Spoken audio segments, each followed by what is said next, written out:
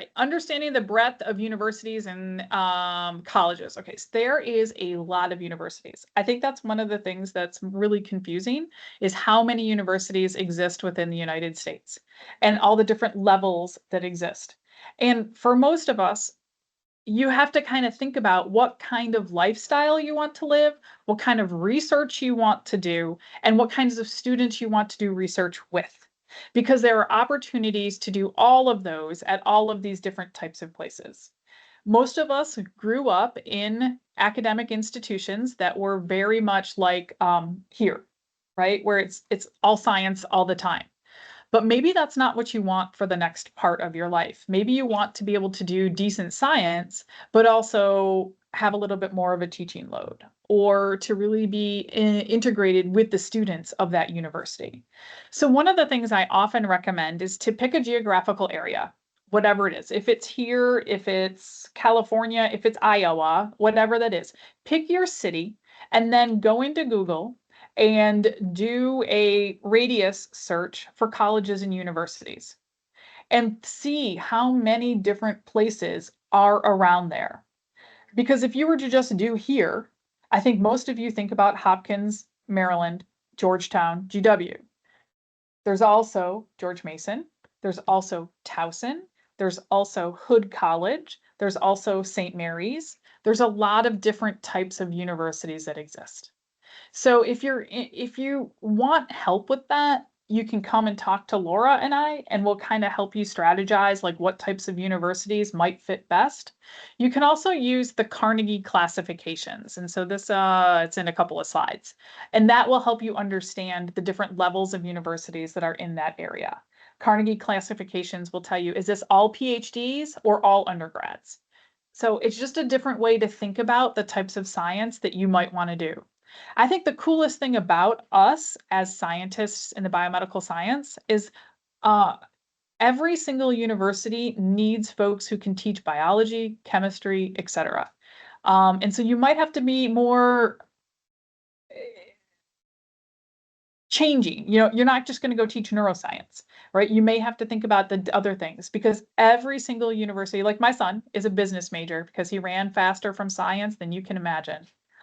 And he still has to take a biology class at the University of Minnesota. So we still need professors who can teach at all these institutions.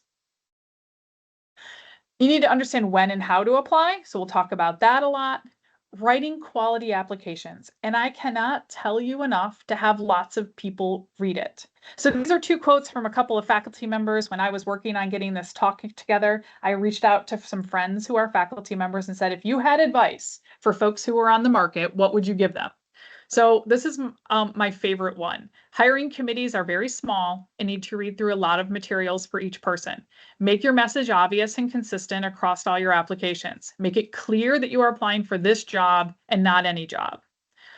A large pool responds to job ads. This is number 2. About 10 to 15 make it up to the top. We bring in about 4 people to interview. We rank those 4 people and offer it. The margins are very small.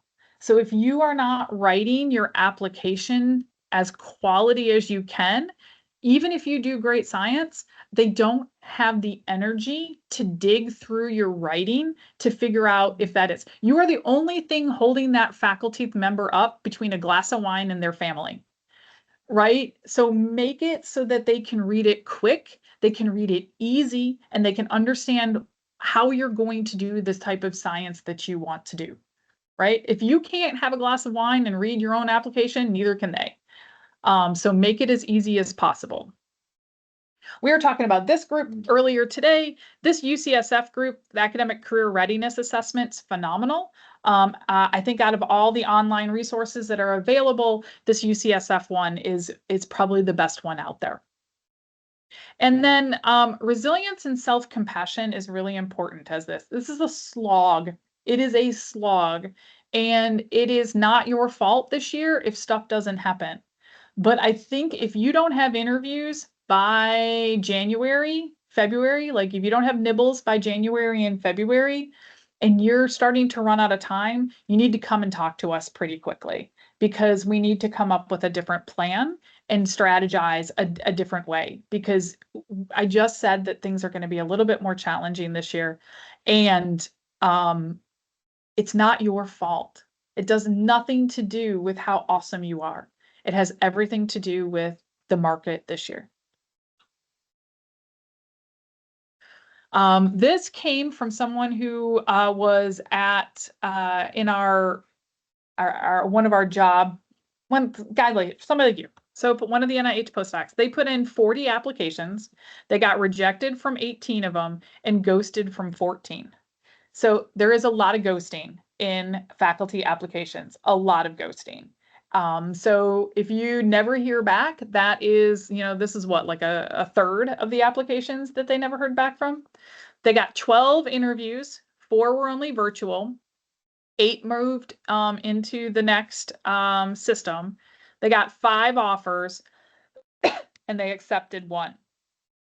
We see about a 1 to 10, like for every 10 applications that you send in, we get about one